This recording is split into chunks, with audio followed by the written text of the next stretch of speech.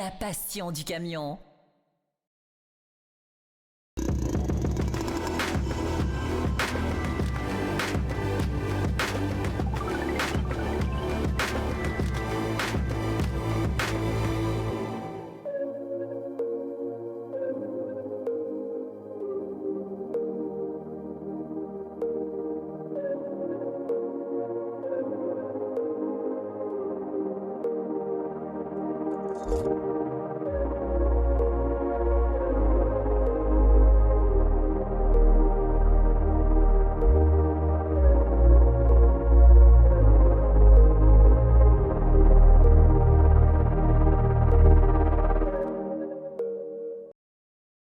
Bonjour à tous, alors nous voici de retour sur les réseaux sociaux. France Route, vous connaissez, la chaîne YouTube, le magazine.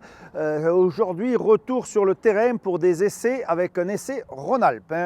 Essai Rhône-Alpes, le parcours vous connaissez, on part de Mâcon. On fait notre boucle direction Bourg-en-Bresse, Genève, ensuite les montagnes, Chambéry, Albertville. On redescend sur Lyon et on finit à Mâcon. 420 km, histoire de voir la consommation, le temps, la montée dans l'école, toutes les mesures, tous les résultats dans le magazine. Et ce mois-ci, ce véhicule XF 480, souvenez-vous, on avait déjà passé le XG Plus 480. Cette fois-ci, on va le tester dans une autre configuration, un autre rapport de pont, rapport 238 avec le mode de conduite éco-performance. On va voir ce que ça donne dans les montagnes. Ce sera peut-être un peu plus vif. C'est la cabine XF, donc la cabine plutôt typée flotte, voire régionale, grand régional. Voilà, tout ça, on va le voir, on va passer en cabine. Et puis ensuite, on enchaînera par l'essai et nos commentaires. Vous retrouverez évidemment tous les détails dans le magazine. Allez, sans plus attendre, un petit tour en cabine.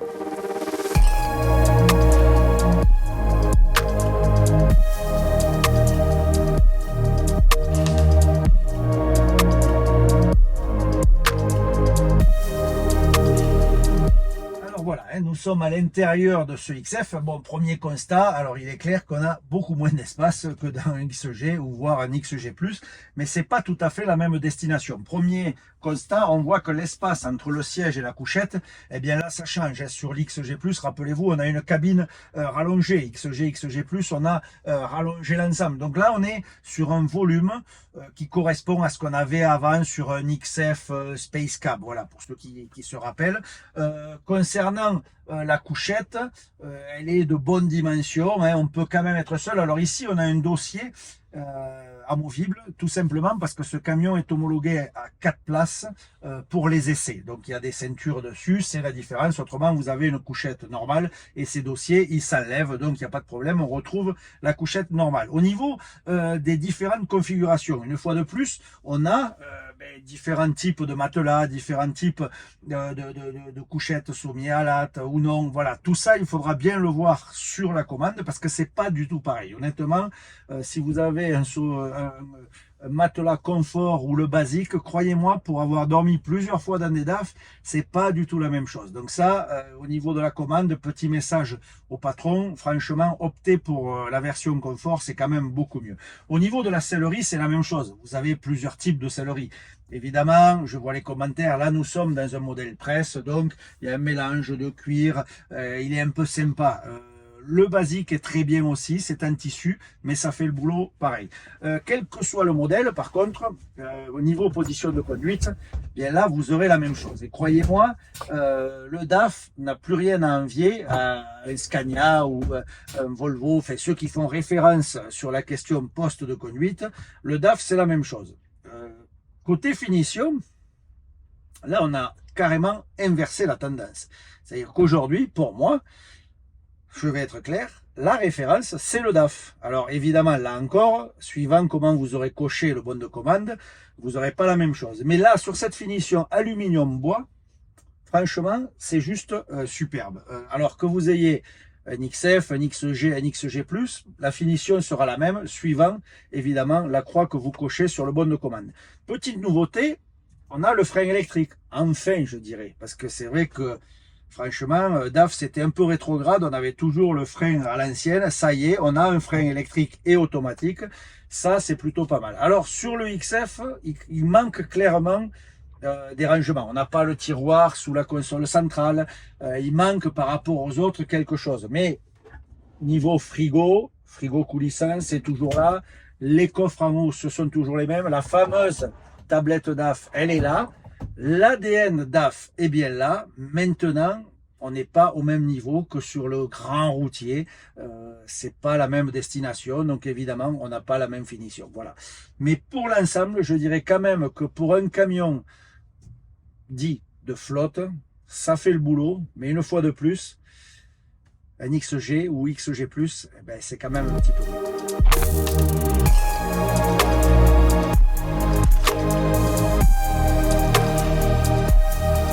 Dernier point avant de prendre le volant. Alors c'est vrai que je vous parlais de la position de conduite, hein, c'est juste top. Hein. Vous pouvez ajuster votre siège, etc. Il y a vraiment rien à dire.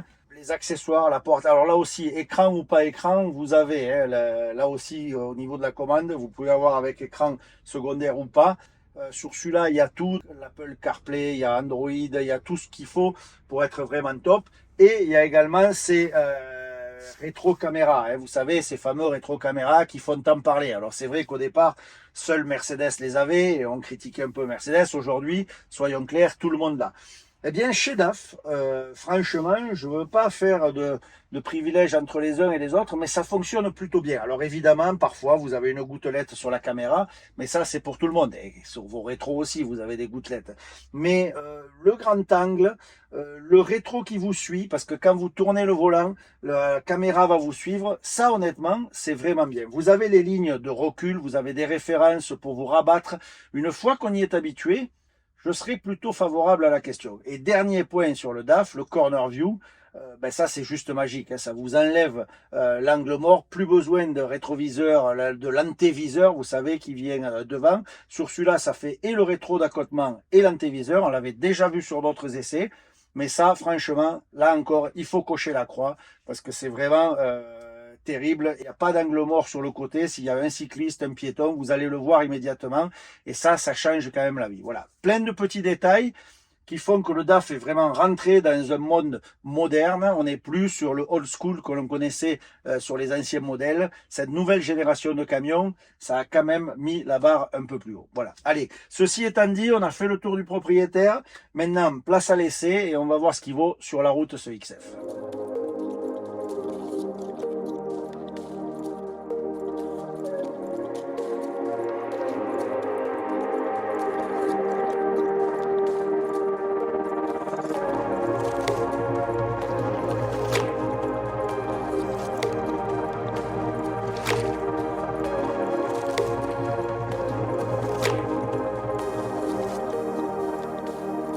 Ça y est, me voici donc au volant. Alors avec des conditions météo un peu hasardeuses. Hein. Pour l'instant ça va, mais franchement, on verra si ça tient. Il y a eu pas mal de pluie hier, ils en annoncent pour l'après-midi. Ça va pas être évident, mais ce que je peux vous dire, c'est que d'ores et déjà sur la première étape, ce camion, il fonctionne très bien. Vous savez, on a l'habitude de voir nos indicateurs.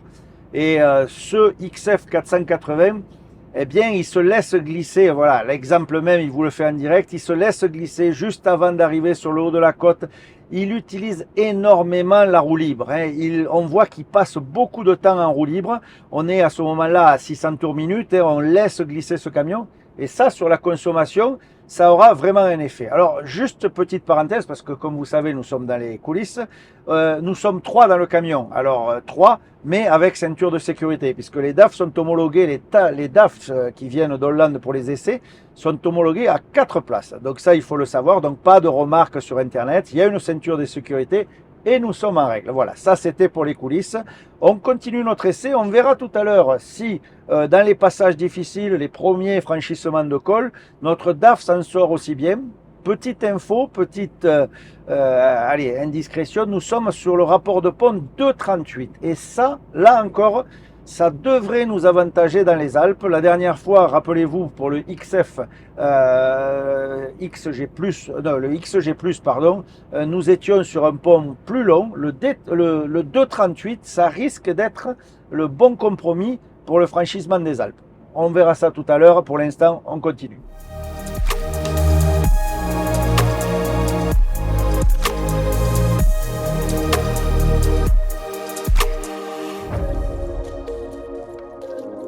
Allez, passage du col de Seigne, toujours un point important et on voit que le camion applique 2 voire 3 stratégies différentes. Le bas du col, on était clairement sur le couple, 1100, 1200 tours, en 11e puis 10e.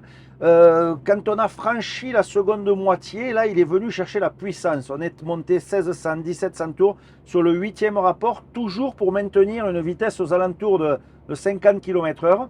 Et sur la 3e partie où je me trouve maintenant, sur le haut, il est reparti sur cette stratégie à 1200, 1300 tours, plus venir chercher le couple pour monter la vitesse, puisque là maintenant on est à 53, 54, et on voit, on est en 9e rapport, il va passer la 10e pour finir le haut du col sur la vitesse commerciale la plus haute possible. En tout cas, on voit, voilà, à l'instant, il la passe la 10e, on vous fait vivre les coulisses. Là, on est redescendu à 1150, donc il est sur le couple, on voit qu'il laisse rouler, qu'il l'optimise au maximum, et il vient chercher le couple ou la puissance, suivant ce qui va le mieux au camion pour maintenir la vitesse. Je rappelle, un couple de pont à 2,38, ça c'est important. Pour les Alpes, je pense que ce sera assez bénéfique.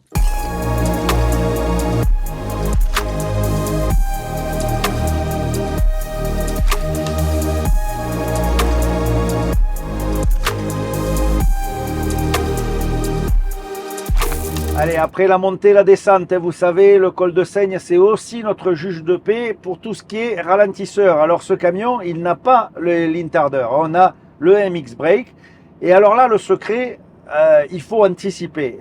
Au lieu de se laisser glisser et de venir freiner, il faut vraiment attaquer à 70. Vous savez, cette descente, elle est limitée à 70. Et lorsqu'on anticipe, on rétrograde. Je me suis mis en 9e, j'ai anticipé un petit peu. Eh bien là, franchement, ça fait le boulot. Parce que regardez, je suis même à 67. Je suis obligé de relâcher un peu mon frein sur échappement, enfin mon frein à décompression, pour descendre à 70. Mais le camion tient le régime du moment où on anticipe. Alors c'est vrai, ça fait ralentir un petit peu avant. Mais sur la descente, pour l'instant, il tient le coup. Et j'ai pas besoin de venir solliciter le frein principal. Le MX Brake, franchement, c'est le plus surprenant des freins à décompression. Alors, vous savez que je suis un fan des ralentisseurs secondaires hydrauliques, mais force est de constater que quand même, ça fait le boulot.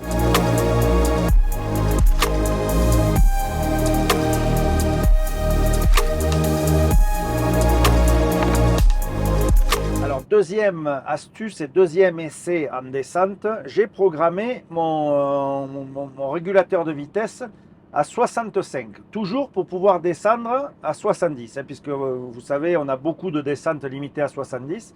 Donc là, je n'interviens pas en avance sur le camion, j'ai pas fait comme tout à l'heure où j'ai moins enclenché le frein sur échappement, j'ai pas touché, j'ai juste programmé mon régulateur de vitesse à 65.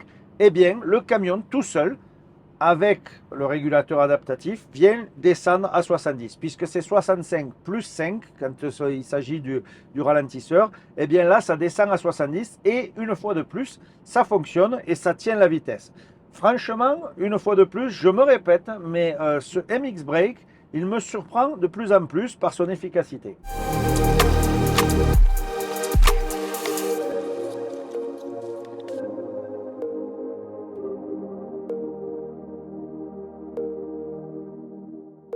Second point de contrôle de notre parcours Rhône-Alpes, le col des Vires. Vous savez, là aussi, c'est un col un peu particulier. Il se compose en plusieurs parties. Vous voyez, il n'est pas comme le col de Seigne qui est long d'un bout à l'autre. Ici, on a une première partie qui est très dure. Nous sommes dedans. Donc là, on voit 11e, 10e.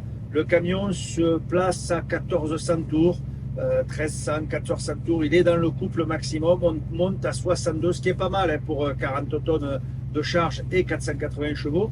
On va voir au point intermédiaire à combien on est, sur quel rapport on se trouve. Rappelez-vous tout à l'heure, le camion avait commencé sur le couple, il avait terminé sur la puissance.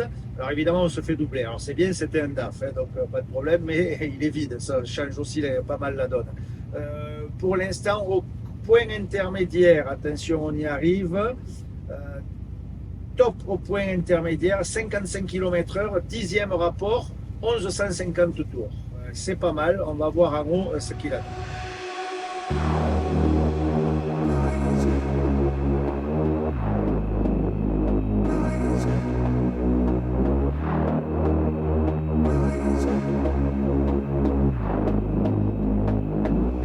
continue la montée de ce col des Vires et pour l'instant, eh bien, le camion reste réellement sur le couple. Je suis toujours sur le 10e rapport.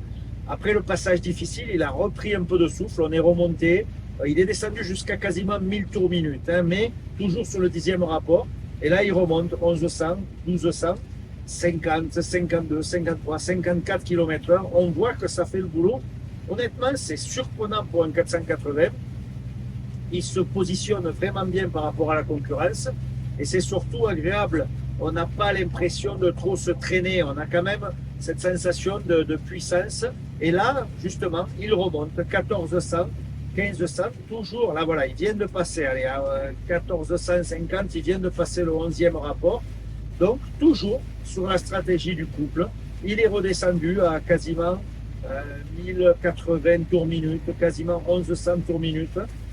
On voit que là, pour l'instant, il privilégie le couple. Pour info, 2500 Nm hein, sur ce camion de couple maxi, ce qui est pas mal pour cette gamme en dessous des 500 chevaux. Alors, autre petite précision, la météo. Et franchement, autant sur la première étape, on avait eu de la chance, autant là, sur la deuxième étape, la météo est catastrophique. Il y a du vent, il y a de la pluie, donc évidemment, ça va avoir une incidence sur la consommation du camion. Il faut en gros compter 1 litre, voire 1,5 litre au 100 de différence entre temps sec et la pluie. Donc ça veut dire que suivant le résultat qu'on va faire, il faudra extraire minimum 1 litre au 100. Et là, on pourra voir où se trouve vraiment le camion. Mais clairement, on ne va pas battre le record aujourd'hui. Les conditions météo sont trop mauvaises pour arriver à faire un bon résultat. Ce col des Vires, c'est vraiment un bon test pour voir les différentes situations. Parce qu'il y a des endroits très difficiles, ça se réduit un petit peu après, on reprend un peu de vitesse et on rattaque dans le dur. Et là, on voit que le camion, il est clairement entre la 9 et la 10 pour garder une vitesse moyenne, allez, aux alentours de 50 km/h, ce qui paraît peu, mais ce qui est quand même pas mal pour cette gamme de puissance. Et franchement, il fait tout seul le travail, quoi. Il n'y a rien à faire, on le laisse faire et il agit tout seul. Et il vient osciller entre 1100 jusqu'à 1300, 1350 tours minute pour toujours garder cette vitesse et monter la vitesse. On arrive sur le haut du col et là on voit qu'il reprend 65, 68, 72. On voit que le camion respire et il reprend. Il ne lâche rien ce 480 et c'est peut-être ça la bonne surprise de cet essai. Pour une petite, enfin en tout cas pour une puissance médium, il fait le travail.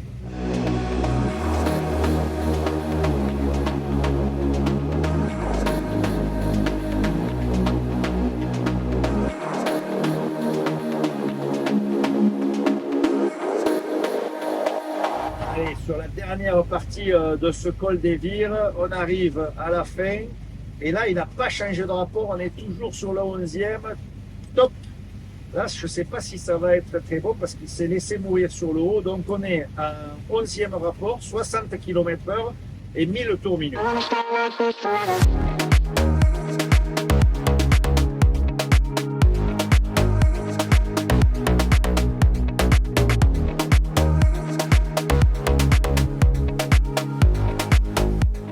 Nous continuons ce test Rhône-Alpes par la 3e étape. Vous savez, c'est celle qui nous mène de l'ère de la dernière aire de repos où nous faisons les 3 quarts d'heure jusqu'à Mâcon. Donc on vient on descend des Alpes vers Lyon, on contourne Lyon et on remonte sur Mâcon. Et c'est vrai que c'est une étape, allez, on va dire facile, puisqu'on est à beaucoup de descentes, beaucoup de roues libres. Et alors là, ça se confirme, ce camion fait des kilomètres et des kilomètres en roue libre, c'est extraordinaire. À l'heure où je vous parle, on arrive aux alentours de l'île d'Abo et on est toujours à 600 tours minute. Hein, le camion se laisse glisser.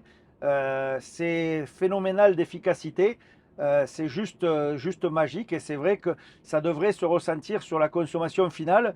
Alors, au niveau consommation, il faut quand même noter les conditions météo. Alors, pour l'instant, on est quand même encore bon. Quand je regarde le volumètre et les indicateurs que l'on connaît, je m'aperçois qu'on est quand même plutôt pas mal, malgré tout. Alors, on verra à la fin, mais on risque d'avoir une agréable surprise malgré les conditions météo difficiles, parce que soyons clairs, toute la partie des Alpes, en tout cas toute la seconde partie, la 2e étape, on a eu vraiment beaucoup de pluie.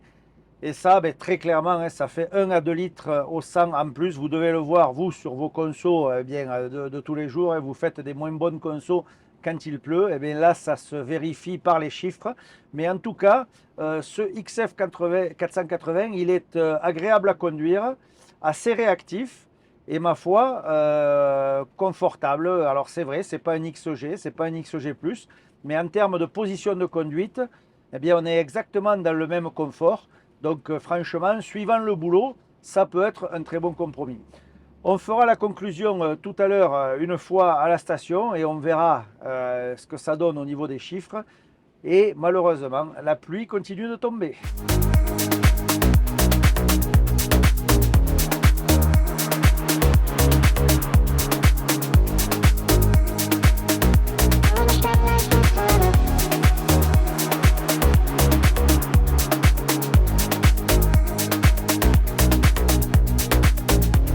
Allez, nous voici à la fin de notre essai. Vous reconnaissez le magnifique parking du centre routier de Mâcon. Pour ceux qui connaissent, hein, je ne vous filme pas les alentours, c'est terrible. Enfin, ça, c'était pour la petite phrase qui fait plaisir.